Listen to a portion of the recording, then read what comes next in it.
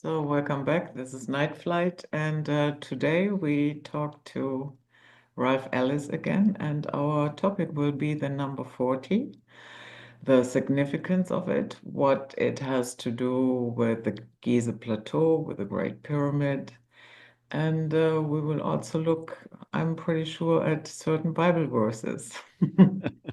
So, Yes. welcome, Ralph. Good to be back with you again, Judith. Yes, I'm not sure how long this will be. We'll just ramble on and see how we go, Yeah. because it's an interesting topic. I wrote about this 25 years ago, I think. Anyway, it's a long time ago. Mhm. Yeah, probably more than that, maybe 30 years ago. And it's still out there in the internet. It's still fresh. There's a whole generation of people who have not seen this. So it's interesting to a lot of people. And it's really about the metrology, I suppose, of the pyramids, because I'm just searching for a share screen. The pyramids do have, now you should see some pyramids there just Yes, coming up. yes, I see them. Good, excellent.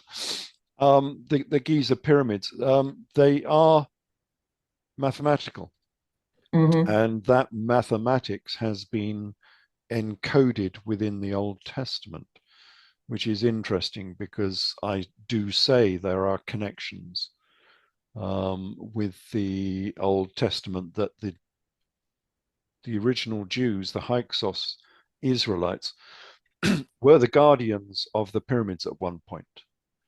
And that's why we have these connections within the Old Testament.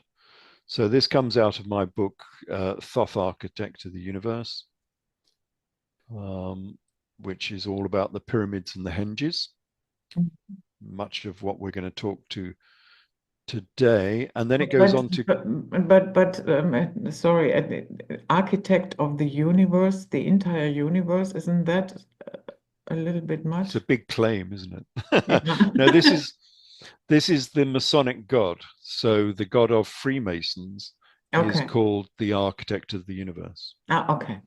So their God, I mean, Freemasonry is not supposed to be a religion, but they do honor a deity, a all-powerful deity, and their name for that deity is the Architect of the Universe, Hmm. because Freemasons are architects, of course, but they're saying that the chief god is an architect the same as they are.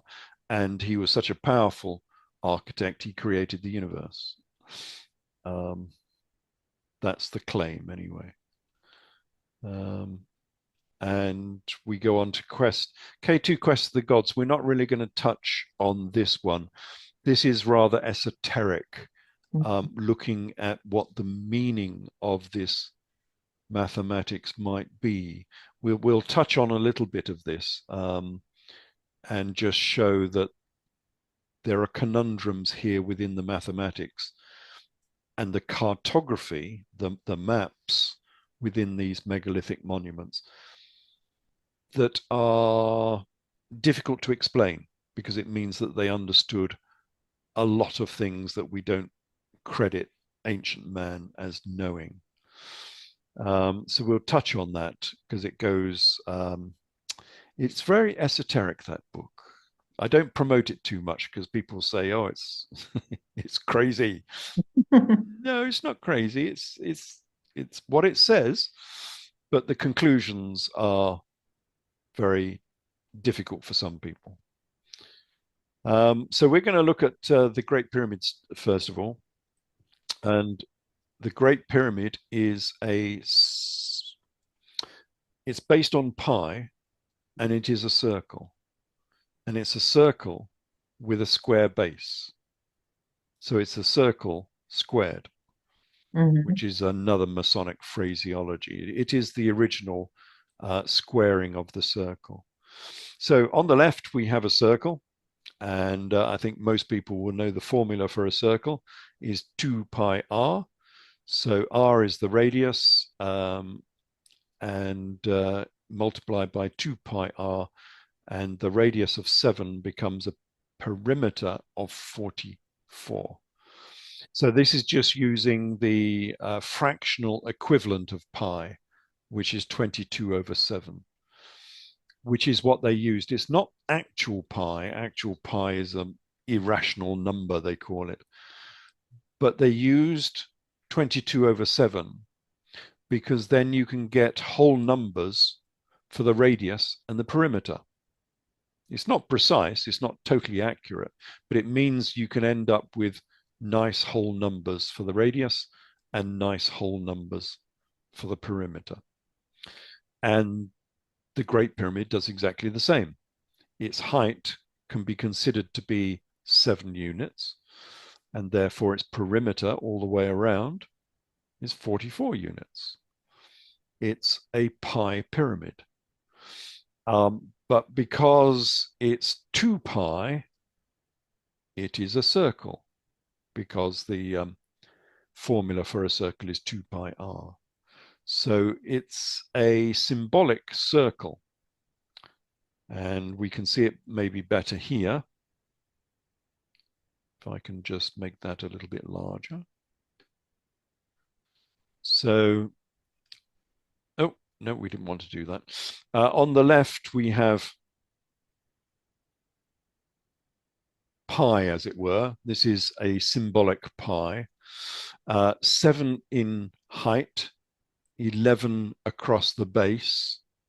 And so we're looking for 22 over 7. So that's 2 times the base is 22 over 7, which is pi. Now, if we multiply that by 40, we get 280 high and 440 on the base, which is the dimensions of the Great Pyramid. So the Great Pyramid is a 40 times copy of pi, 22 over 7. And that's why I do all of my calculations for the pyramids and the henges in the original units. You will see, even if you get one of the best books on the pyramids, if I can just shuffle it out here,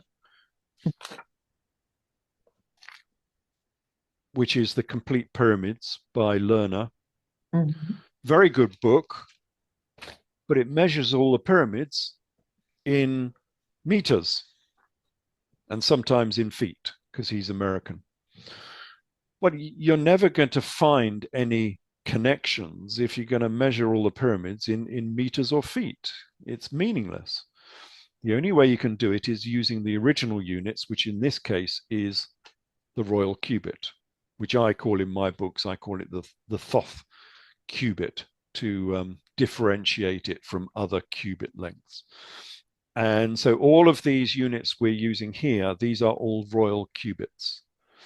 So the pyramid, the Great Pyramid, is 280 royal cubits high and 440 along the base. And that is And 1 cubit is, so that we have an imagination. It's 52.35 centimeters. Okay. So it's just over half a meter, this cubit. It's a slightly longer cubit than usual. The normal cubit for Egypt was shorter. This is the special one they used in royal projects, which is why it's known as the royal cubit. And I argue that, well, we'll see this in a minute. I argue that this unit of measure was made for the Giza pyramids. Mhm. So this one grand project, they created a new measurement system specifically for the Giza pyramids. What that means is, if you find the royal cubit, that building has to post-date the Giza pyramids, because I think that unit of measure was invented for the Giza pyramids. as one grand project. And so, as you said in the introduction, this is why the number 40 becomes so consequential within the Old Testament, because I believe what they were doing is they were giving a hint to future generations that they understood the metrology of the Giza pyramids. So if you had a reign length of 40 years, like David and Solomon, Mhm. if you had 40 years in the wilderness, if you had 40 days or nights in the wilderness, like Jesus did, that is merely saying that you've been instructed into the metrology of the Giza pyramids. So, So it has nothing to do with being in the desert? no. Yes and no.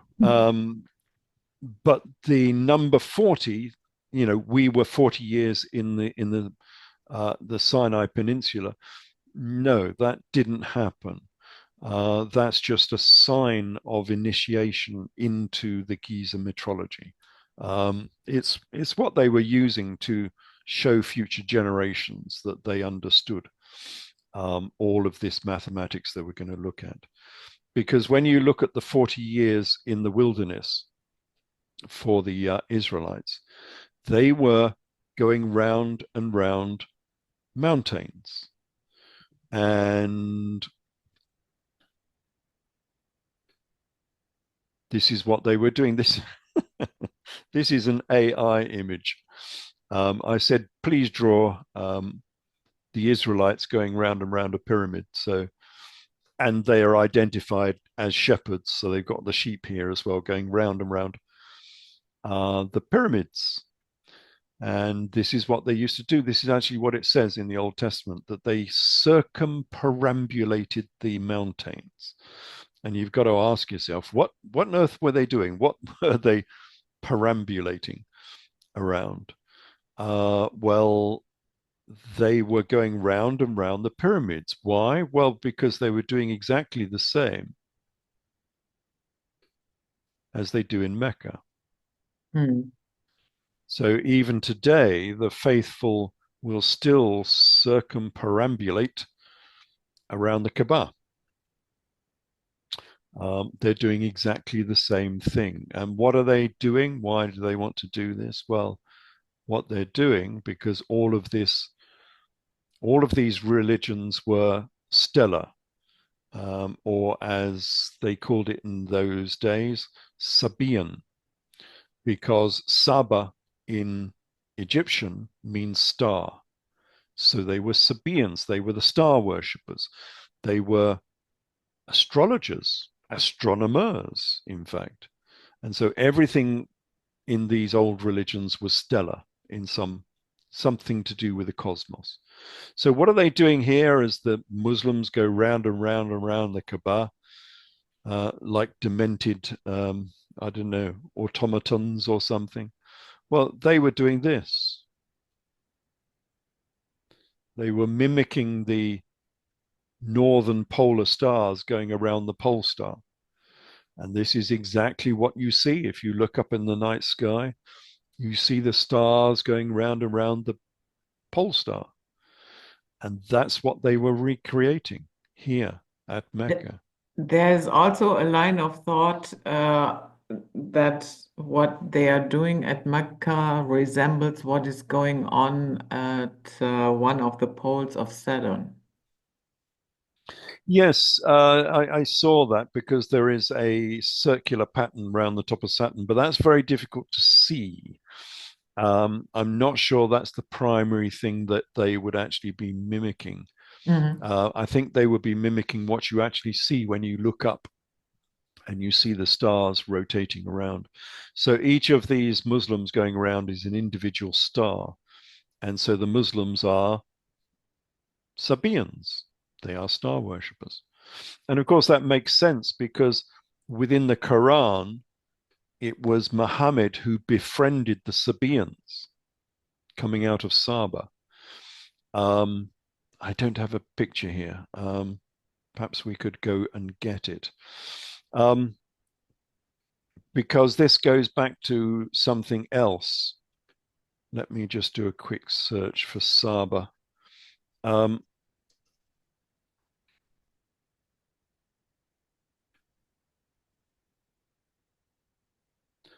Saba, Mecca.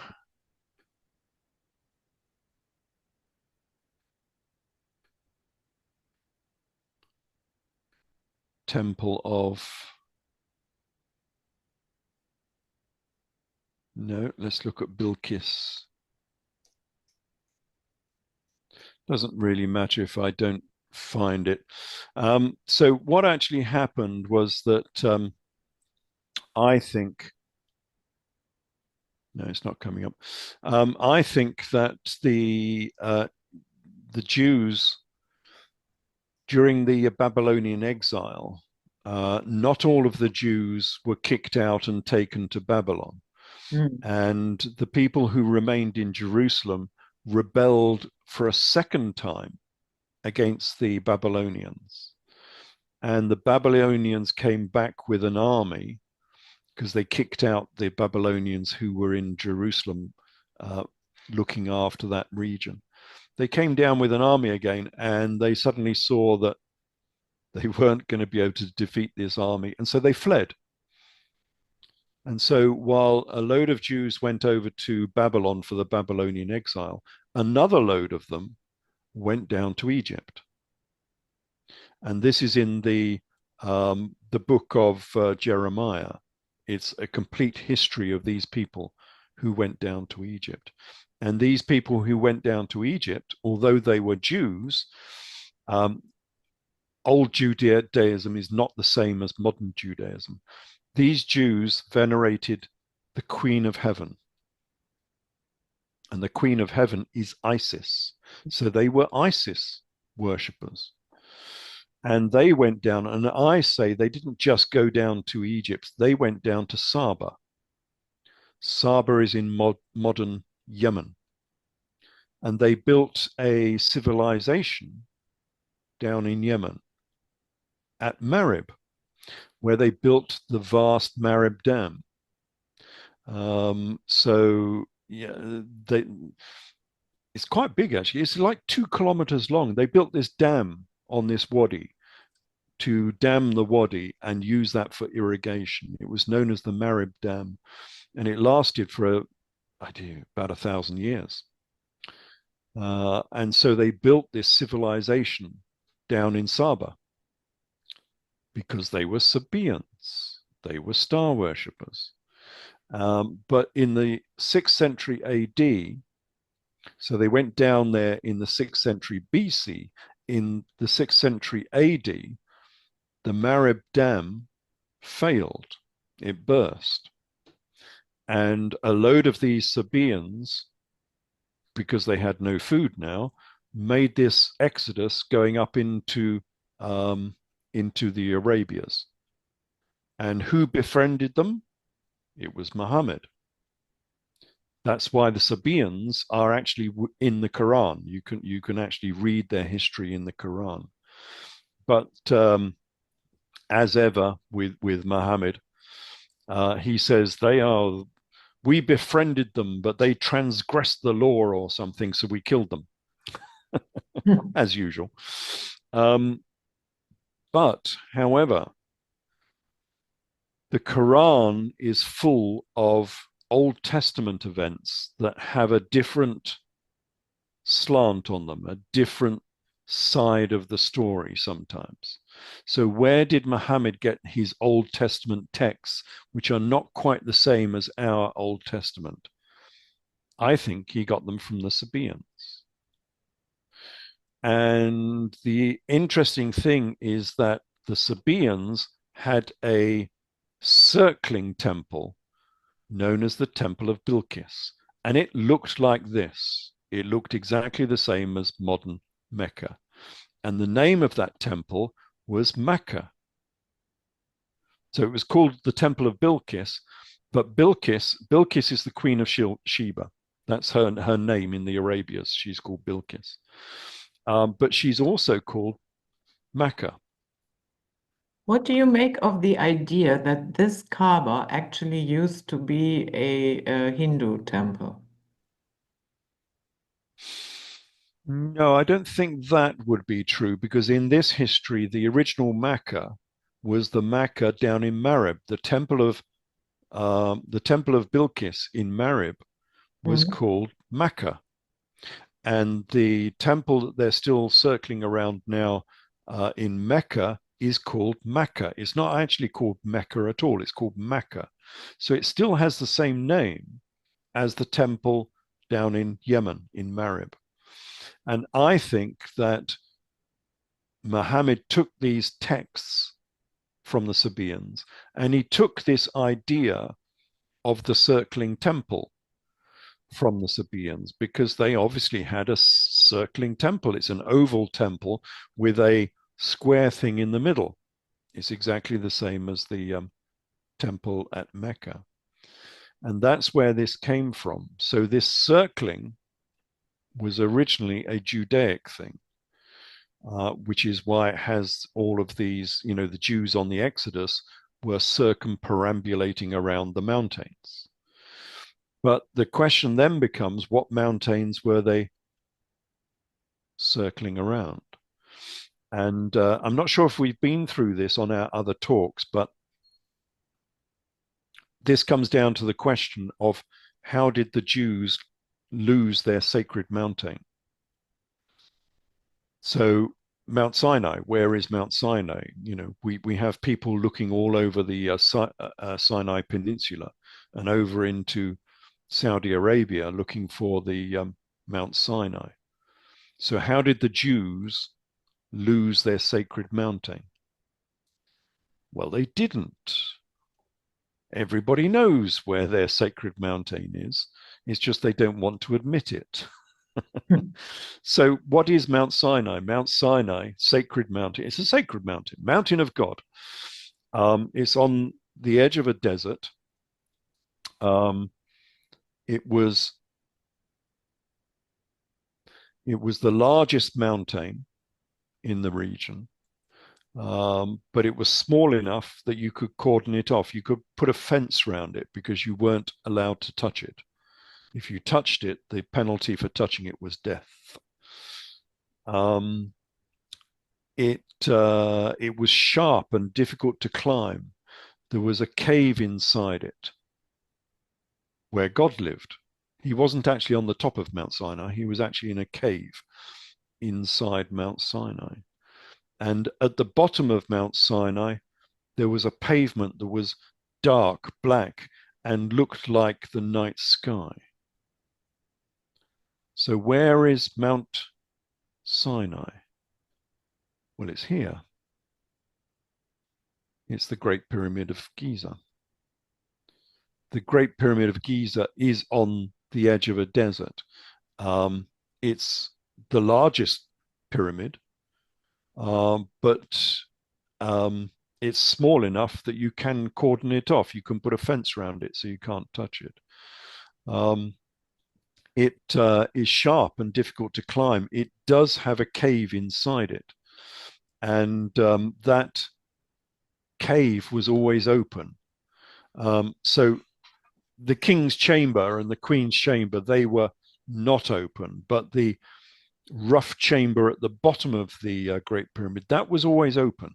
We know that from Strabo because Strabo mentions it and he describes it. And it's quite obvious that he had been down to the chamber at the bottom of the Great Pyramid.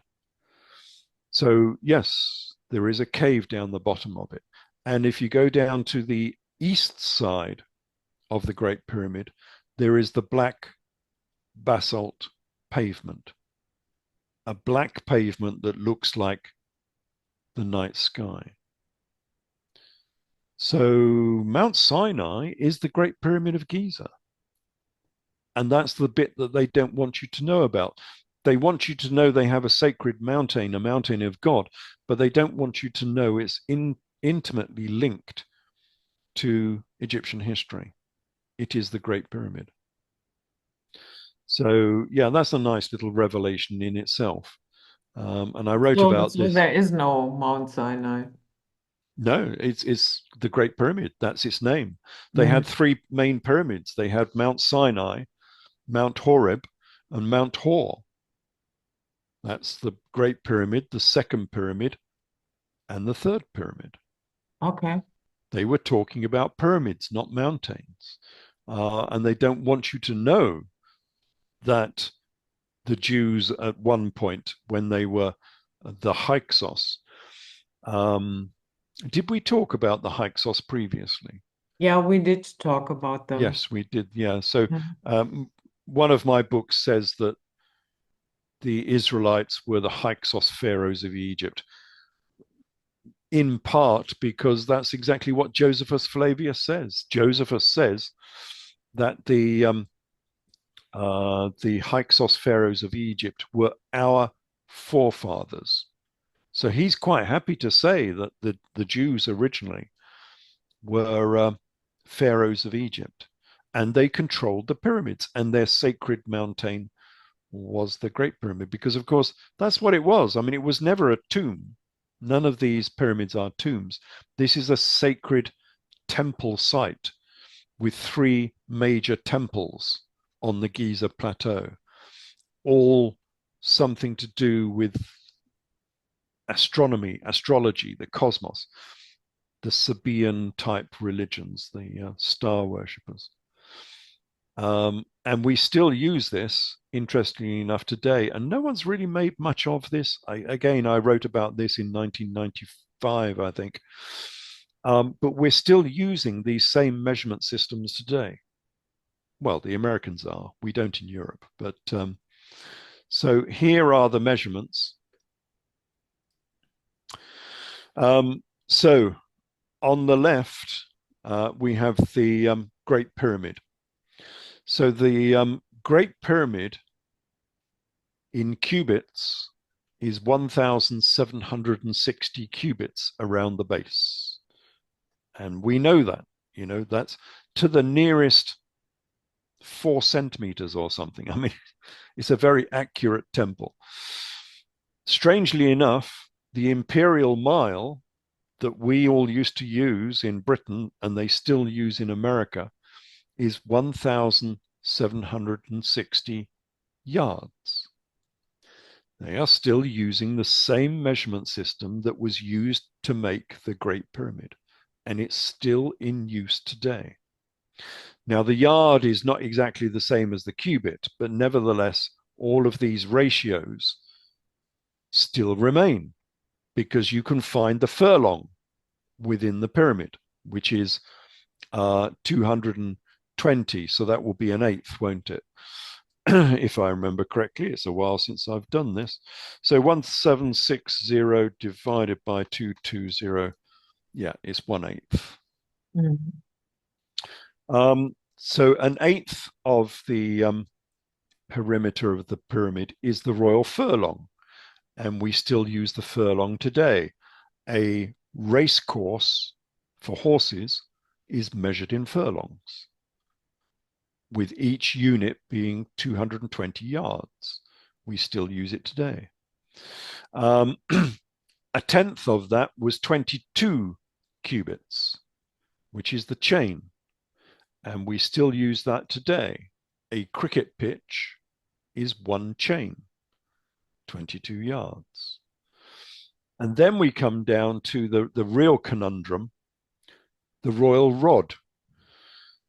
And we still have the rod today. The rod is 5.5 yards. Now, why would you have a measurement system with fractions in it? So you measure a field or a house or something, and you say, oh, this field is 10 rods in length, and each rod is 5.5 yards. Why would you want a fractional unit for your measurement system? Well, it's a quarter of 22. It's a quarter of pi. All of this is based upon pi. So the base unit is 22 from pi, 22 over 7. And you just multiply them up. So that's pi. A quarter of pi is 5.5.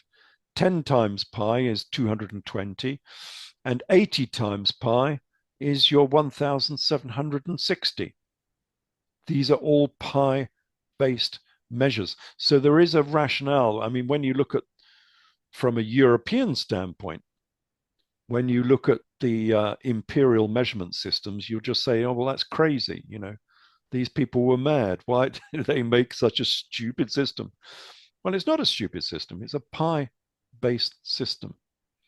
And it works very well if you're using pi-based measures, if you're doing circles and lengths, like the Great Pyramid. The pyramid is a pi pyramid.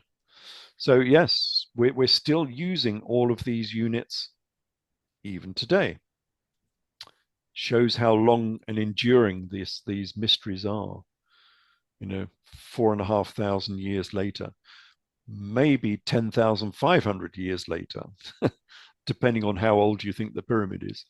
We're still using the same units even today. So these mysteries do endure. And here's another mystery we came across. These are the Dahshur pyramids. Now, the Dahshur pyramids have been a mystery because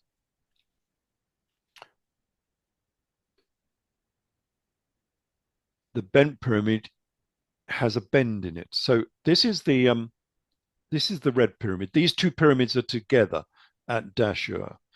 This is the red pyramid, and obviously all the casing blocks have been stripped off this one. And then right next door, we have the bent pyramid, which has an upper bend in it. Why did they have two angles on this pyramid? Now, if you read any books about it, they'll say, oh, it was they were getting cracks in the structure. It was getting too difficult. They wanted to make it smaller and lighter on the top of the pyramid to stop it falling down. That's a mean-looking cat. But that's all wrong.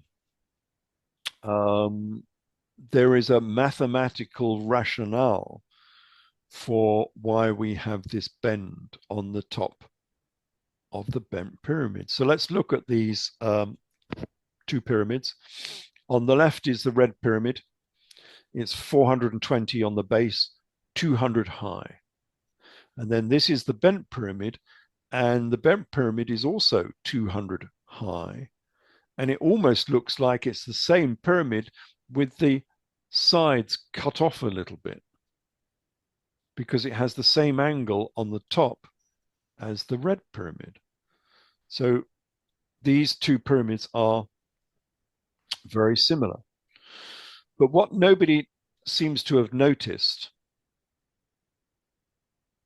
is that, well, the first thing that, you know, and I still don't think anyone has written about this apart from me. I wrote about this 25 years ago or more, that the red pyramid is obviously a Pythagorean pyramid.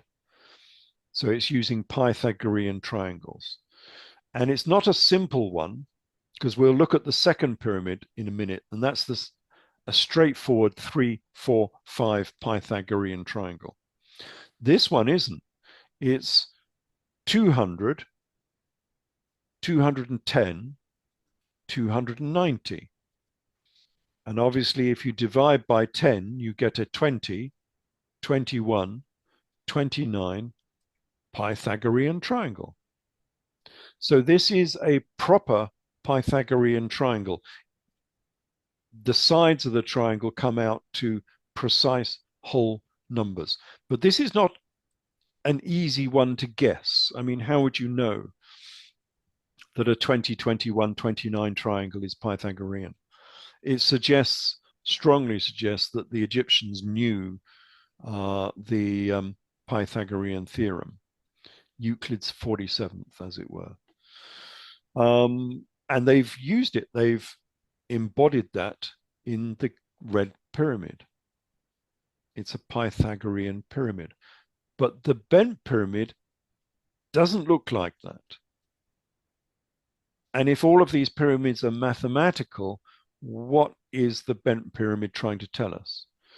Well, I found it because I'm using the right units. Again, if you look in the complete pyramid book we saw earlier, they measure it in meters and feet. No good. You're not going to spot anything measuring it in meters and feet.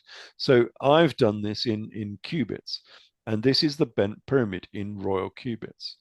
So it's 360 along the base. Okay, that's a nice whole number.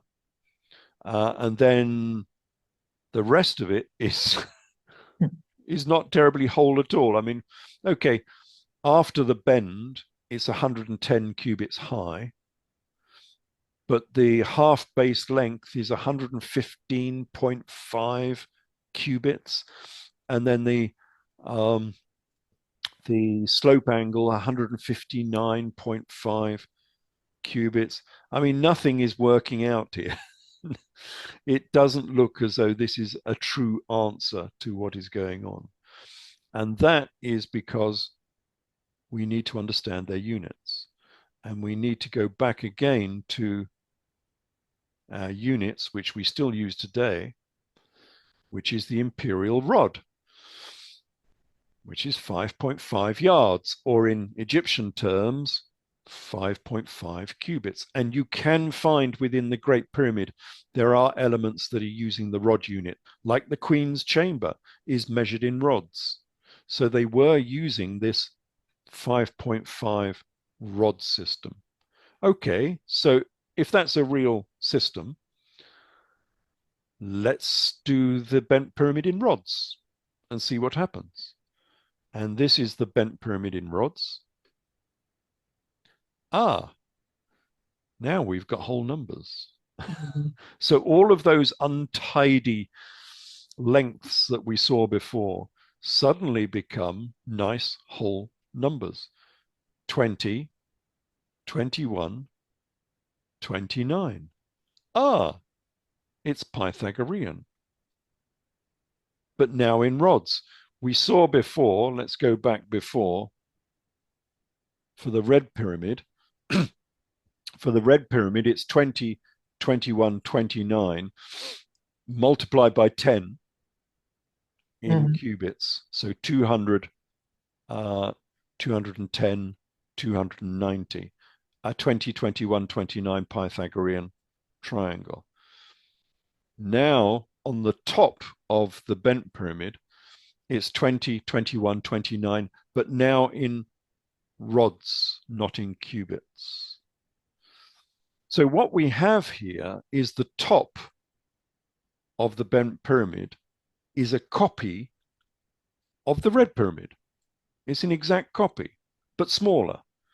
It's on a 10 to 5.5 ratio between the two. But someone has slammed a little copy of the red pyramid on top of the base, as it were, of the bent pyramid. And if you look at the bricks that they've used, the stone bricks they've used, they are smaller. So you've got big stones here for the bent pyramid. And then you go up to the top of it, and they've used smaller stones. Well, because it's a smaller version of the red pyramid. Now, the question as to why they've done that is more guesswork, I suppose. What they're saying, obviously, is there is a link here between the red pyramid and the bent pyramid.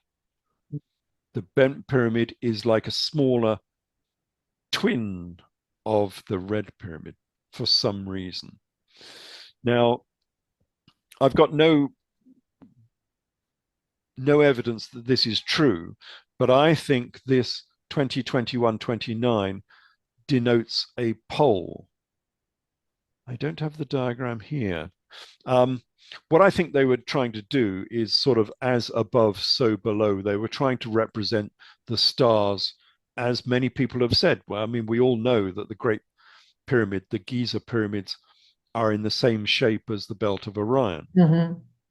And people who have tried to extend that down to Dahshur and say that the Dahshur pyramids are also stars on the same planisphere. I don't think that's right. I think the Dahshur pyramids are points in space.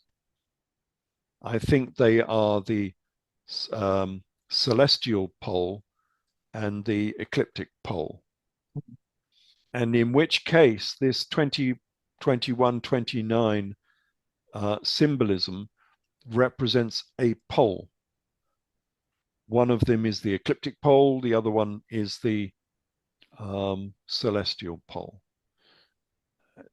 That is my idea of why they are linking these two pyramids together, because they're not stars, they're poles. And to denote that, and to denote they are linked together, they've put this Pythagorean triangle on the top. That's my guess. I've got no great proof that that is true. But it does make a lot of sense, and you can make measurements from it. We might look at this later. In going from Giza down to Dahshur, you can make measurements the same as you would on a planisphere, going from the belt of Orion up to the celestial pole and on to the ecliptic pole. So yes, you could be using it as a planisphere. And then I came to the second pyramid, because all of these pyramids are mathematical, and the second pyramid didn't make any sense. So let's have a look at the second pyramid. A second pyramid of what? Of Giza. Okay. Good. Yeah, the next biggest. So just a little bit smaller than the Great Pyramid. These are the measurements. And so the total height of this one is 274 cubits, and the total width is 411 cubits, which didn't really make much sense, because we know that this pyramid, I mean, just from the shape of it, we know it's a 3-4-5 Pythagorean triangle. So it is a Pythagorean pyramid. It's a 3-4-5, but these units didn't make much sense, until I suddenly thought, well, we've got two pyramids here, not one, because it's got a granite base on it.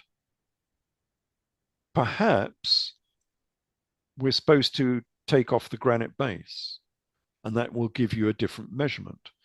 The reason I thought that is because if you look at the granite base, the granite base is two layers of granite on the base, which happen to measure 4 cubits high. Therefore, it describes a little 3-4-5 triangle. So the very corner of the pyramid where it's granite is Pythagorean. It's a 3-4-5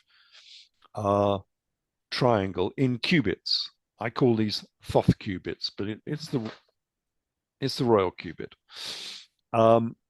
And so I was thinking, hold on, well, perhaps we can delete this granite base and just measure the limestone. And then we get 270 high and 405 along the base. And that still didn't really do anything. We're supposed to be looking for the 3-4-5 Pythagorean triangle here, and it doesn't equate to the 3-4-5 triangle. So I was playing around, and I played around for a long time with these numbers. And I was looking at the chamber, because the king's chamber in the Great Pyramid has mathematics in it. It's a 10 by 20 chamber in cubits. So it's measured in precise numbers of cubits, and you can do the diagonal and all sorts of things with it. So it is mathematical. So I thought, well, what about the chambers inside the second pyramid? Well, here's the measurements. It's 10 high in cubits, 9.55 width. And I thought, well, perhaps that's got to be 9.5. I mean, why would you have a 0.55? And 27 cubits long, which didn't really, again, make any mathematical sense. Until I saw that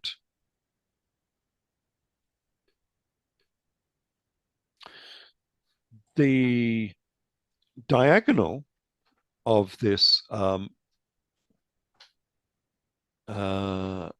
this chamber was interesting, because we're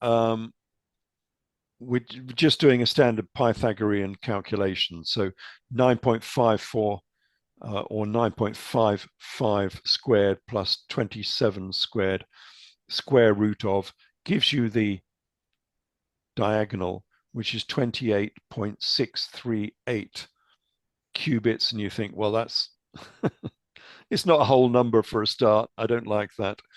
Okay. But if you divide 28, let's get the old computer while I'm here.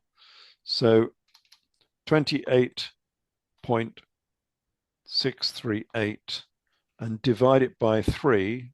So there we go. And divide by 3 equals 9.546. It's probably the wrong way round on that. Sometimes you get mirror images on these things. Anyway, so you get 9.55 is a third of the diagonal, but 9.55 is the width of the chamber. So that's a nice little trick. In fact, I must find out how many rectangles will actually do that. So the diagonal is 3 times the width of this rectangle. So you can see that this is mathematical. It's not making any sense at present, but it's mathematical. You can see there's something in here. And I think the reason for this is just to spur you on to look at these problems to see what you can find. And it was interesting because what I also found while playing with these numbers, so that's the same one on the left, we've just looked at that. But on the right, okay, the length of this chamber is 27 cubits. And we can divide that by 4. 27 divided by 4 is 6.75. And so we can wrap that up into a little square, with each side being 6.75, a quarter of the length of the chamber. And the diagonal of this square is 9.55 cubits, which is the width of the chamber. So the diagonal is the same as the width of the chamber.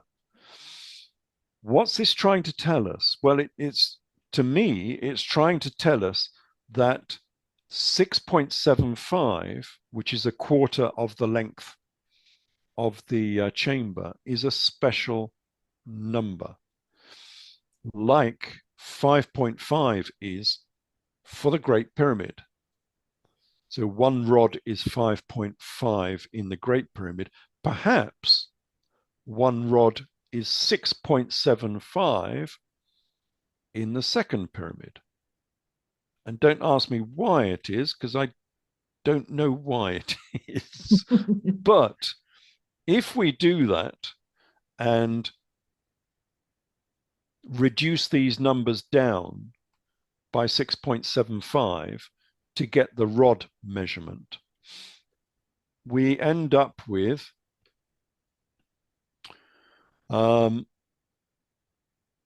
so half base is 30 the height is 40 and the side length is 50. Divide by 10, we've got a 3, 4, 5 Pythagorean triangle. And we know that the second pyramid is based on the 3, 4, 5 Pythagorean triangle.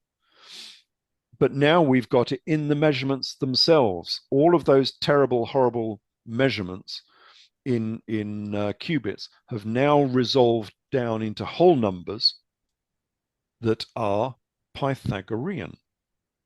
Only if you use a 6.75 rod system. Now the question then becomes, why on earth would you have two different rod systems? It works. We know that that's too much of a coincidence to not be real. The designer was using a 6.75 rod for the second pyramid, but we don't know why. And I still don't know why. There must be something special about the number 6.75. It must have another use elsewhere, perhaps in the pyramid or whatever, or maybe elsewhere in the layout of Giza or something, that if you measure everything in 6.75 rods, then you end up with something that makes sense. But it was just interesting that the 6.75 was gained from the chamber that's in the middle of the second pyramid. And only when you understand the dimensions of that chamber can you resolve the pyramid down into whole numbers, Pythagorean numbers. Interesting. It's a quest. We are being given a quest, work it out, see what you can find. But the problem is then, okay, we found out, we've passed the test. We found out the problem, but we don't know how to use that information to get more information. There must be something. Perhaps someone who's very good at math can look at the number 6.75 and see if there's any rationale to it. I mean, there's a rationale to the 5.5 in the Great Pyramid. 5.5 is a quarter of pi. So we know where that rod system comes from. But where does the 6.75 come from? I've looked at all sorts of things, and I've not managed to see what the mathematical base of 6.75 is. So, but anyway, it's all very interesting, and it's all very Masonic, because this is the past master's jewel for a Freemason. So after you've been through the chair within Freemasonry, and you're now a past master. So when you're in the chair, you're called the master, and obviously when you leave, you're the past master. This is the jewel that you get, and it's the Euclid's 47th, which is the Pythagorean triangle, is what we've been discussing. This is how you prove a Pythagorean triangle. So here's the triangle in the middle, and these squares on the outside is how you mathematically prove that the sides are whole numbers. It's called Euclid's 47th.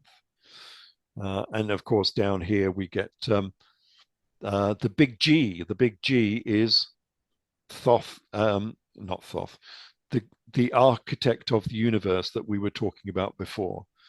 The Freemasonic god is called the architect of the universe, and that is denoted by G, not meaning God, but meaning geometrician, because the god is an architect. He's a geometrician. He likes playing with numbers and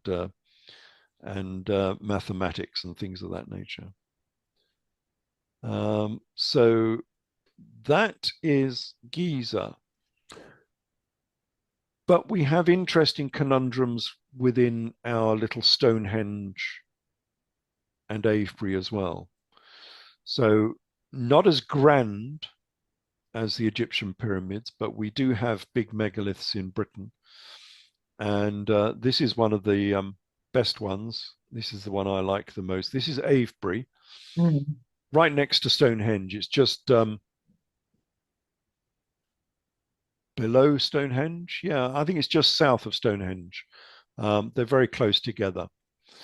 And it's a huge, great henge, uh, a henge being a ditch and a bank, and lots of stones. I think there's 110 stones or something.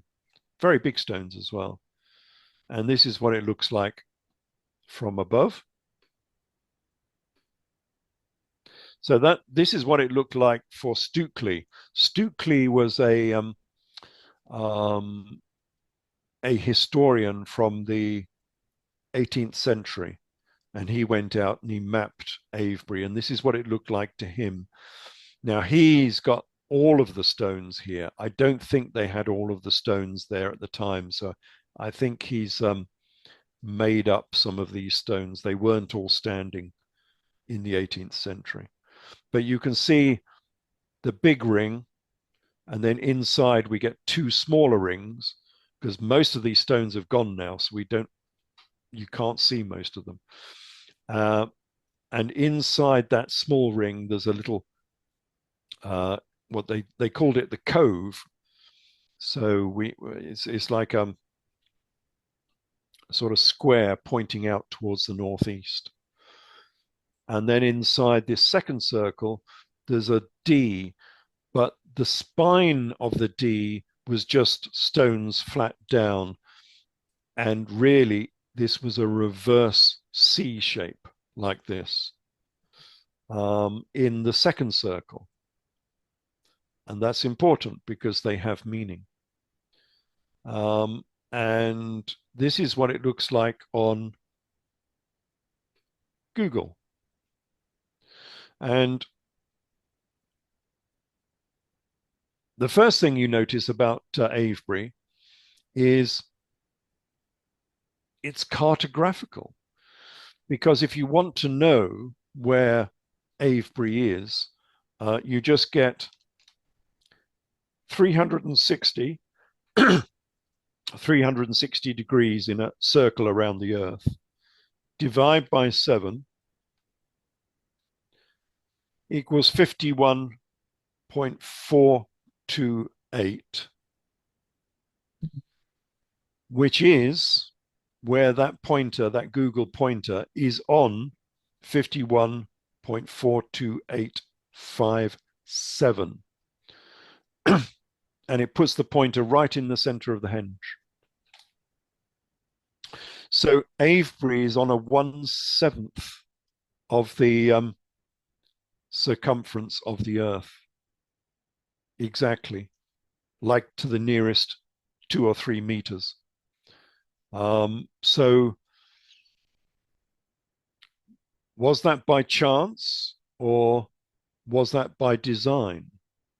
I think that was by design, and we'll see why in a minute, because I think the designer of Avebury understood the form and shape of the Earth and how to measure it, how to measure lines of latitude and longitude. And that's why this is sitting on 1/7 of the circumference of the Earth. So, I mean, this henge is so big, it's got a village inside it. So we've got 4 roads here, several houses over here, and in the center is the pub. It's called the Red Lion pub. So quite obviously the pub was there first, and then they built the henge around the pub because, you know, it had to be at the center. So what is it? What is this meaning? What is this design? Why do we have this? Because it's not defensive. The ditch and bank are around the wrong way, so it's not a defensive mound. It has to be a temple of some nature. But why this design? What were they trying to do? Well, what is it? these roads are. This was the public hour. For full access of the entire interview, please join our Patreon community. Thank you.